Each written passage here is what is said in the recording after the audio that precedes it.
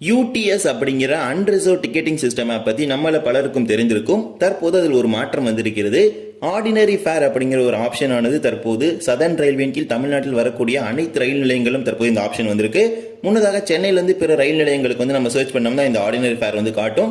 இப்போ நீங்க எந்த ரயில்வே ஸ்டேஷன்ல சர்ச் பண்ணாலும் இந்த ஆர்டினரி ஃபேர் காட்டுது. ஸோ கம்மிங் சூன் நம்ம சதர்ன் ரயில்வேல இந்த ஆர்டினரி ஃபேர், அதாவது குறைந்தபட்ச கட்டணமான 10 rupees எல்லா பேசஞ்சர் ட்ரெயின்ஸுமே கொண்டு வர போறாங்க. தற்போது தென்மேற்கு ரயில்வேல இந்த குறைந்தபட்ச கட்டணத்தை நடைமுறைப்படுத்தி இருக்கிறாங்க நேற்றைய தினம் முதல். ஆனால் தற்போது வரை தெற்கு ரயில்வே சார்பாக எந்த விதமான அதிகாரப்பூர்வ அறிவிப்பும் வரவில்லை. எனவே அதிகாரப்பூர்வ அறிவிப்பு வருவதற்கு முன்பாக இந்த ஆர்டினரி ஃபேரை யாரும் பயன்படுத்த வேண்டாம்.